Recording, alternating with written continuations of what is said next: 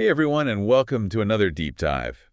Today we're talking about something I think we can all relate to, Yeah. decluttering our minds. Oh, yeah. Right. It's Yeah. like, Big time. who hasn't felt like their brain is Yeah. just I go a crazy. browser with like Mm. 100 tabs open all at the same time? It's the worst. And luckily, It's a mess. we've got a great guide to help us tackle this. We're diving into Declutter Your Mind by S.J. Scott and Barrie Davenport. Great book. So let's get right to it. Yeah. One of the things that really struck me early on in the book was how much it emphasizes figuring out where all this mental clutter is coming from before you even start trying to clean it up. Right. It's not just about Right. doing a bunch of random things. Yeah. You got to figure out what's actually cluttering up in there in the first place. Yeah. And it's like different for everyone, Yeah, right? absolutely. Like for me, it might be, 50 unfinished to-do lists, oh, yeah. but for someone else, it could be, Could be all these anxieties and worries just bouncing around in their head. exactly. Or all of the right. Oh, totally. I mean, for a lot of us, it is. It's a combo platter for sure. Yeah. A little bit of everything. So, okay, so we identify the clutter, Yeah. right? But then the big question is, what do we do about it? Well, the book talks a lot about mindfulness, Yeah, mindfulness. which, for some people, that word, Alright. it can sound kind of intimidating. Yeah, it makes me think of Yeah. sitting on a mountaintop for hours. Yeah, or you have to be some kind of Zen master or something. Yeah, exactly. But actually, it's way more accessible than that.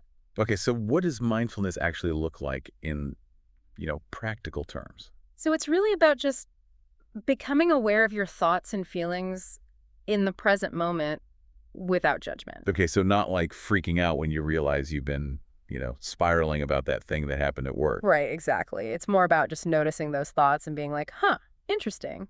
There's that thought again. Hello, thought. Yeah.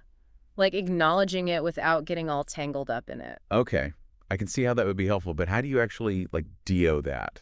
Well, the book recommends some really simple techniques. Like one of them is this breathing exercise called the 4-7-8 breath. Oh, I've heard of that.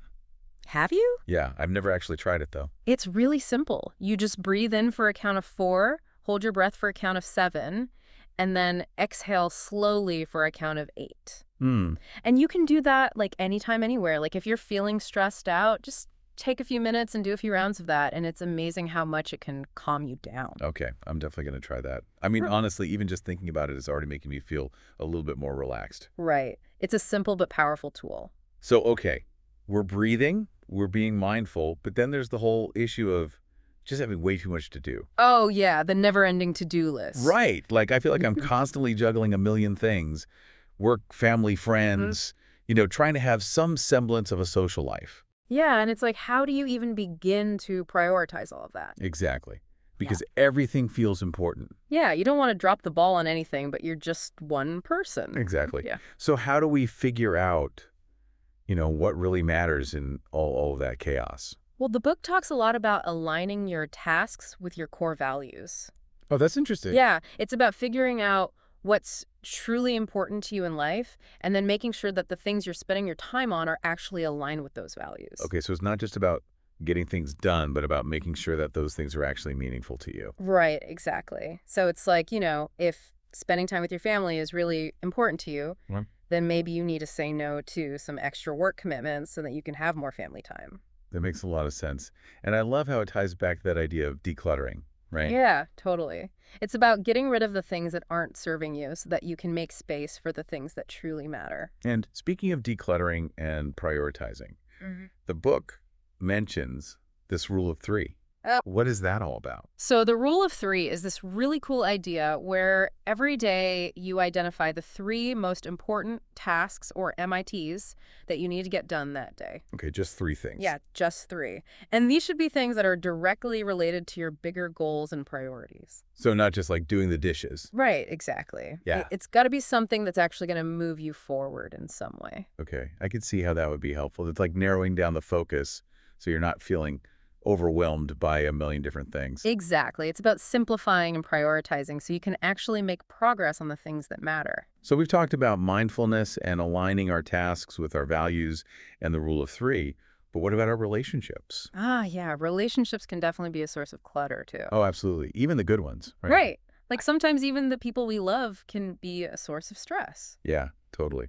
So how do we declutter our relationships? Well, the book talks a lot about setting boundaries. Boundaries. Yeah, that's Yeah. a big one. Yeah, because it's like, sometimes we feel obligated to say yes to everything or to always be available for people. Or we feel bad saying no. Right, and then we end up feeling resentful and overwhelmed. Yeah, exactly. Yeah. So setting boundaries is really about protecting our own energy and well-being. Exactly. It's about knowing your limits and communicating those limits clearly to others. And it's not selfish, right? No, not at all. It's actually the opposite. It's about being honest with yourself and with others so that you can have healthy, sustainable relationships. Okay, so setting boundaries is key. Mm-hmm. But what about those relationships that are just, toxic? Yeah, the book talks about that too. And sometimes the best thing you can do for your own mental health is to let go of those relationships. That can be so hard, though. It can be really hard, but sometimes it's necessary. Like if you're constantly feeling drained or negative after spending time with someone, that's a sign that maybe it's time to reevaluate that relationship. Yeah, it's like, sometimes you have to prune the dead branches to make space for new growth. That's a great analogy. So we've talked about decluttering our tasks and our relationships, but what about our time? Time management, that's a big one. Oh, yeah, I'm terrible at it. Me too. It's like there are never enough hours in the day. Exactly. And I feel like I'm constantly playing catch up. Yeah, I know that feeling. So what are some strategies for, getting a handle on our time? Well, the book talks about things like time blocking. Yeah, blocking. Okay. Yeah, where you basically schedule specific chunks of time for different tasks or activities. Okay, so like literally blocking off time in your calendar for, answering emails or working on a project. Exactly. And it can be really helpful because it forces you to be more intentional about how you're spending your time. Yeah, I can see that. It's like instead of just letting the day happen to you, you're actually taking control of your schedule. Right. And the book also emphasizes the importance of scheduling downtime. Oh, tell me more about that. Yeah, because it's like we often feel like we have to be productive all the time. Oh, yeah, guilty. But actually, rest and relaxation are essential for our mental health and well-being. Okay, so we should be scheduling time for things like, taking a nap or going for a walk. Exactly. Or reading a book or meditating or just doing nothing. Just being Yeah. Because if we don't schedule that downtime, it's like it just never happens. totally. Yeah. So, okay, we're being mindful. We're prioritizing our tasks and our relationships. We're managing our time. But what about that inner critic? Ah, the inner critic. The voice in our heads that's always telling us we're not good enough or that we're going to mess everything up. Yeah, that voice can be really loud sometimes. It's the worst.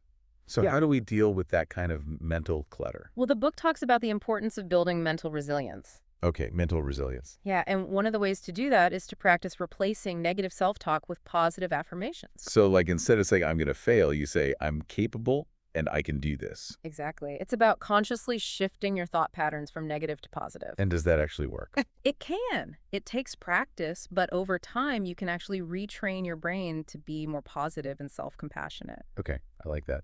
And the book also talks about gratitude, right? Yes. Gratitude is huge because when we focus on the things we're grateful for, it helps to shift our perspective away from negativity and scarcity. Yeah, it's like, instead of focusing on what you don't have, you're focusing on what you do have. Exactly. And even small things can make a big difference, like, being grateful for a sunny day or a delicious cup of coffee. Okay, so we've covered a lot of ground here. Mindfulness, aligning our tasks with our values, the rule of three, setting boundaries, managing our time, building mental resilience. It's a lot. It is, but it's all so important. And, Yeah. one of the things that really impressed me about this book is how practical it is. Yeah, it's not just theory. Exactly. It's like, okay, here are the concepts, Yeah. but here are also the actual things you can do to declutter your mind. Yeah, and I think that's what makes it so effective. Absolutely.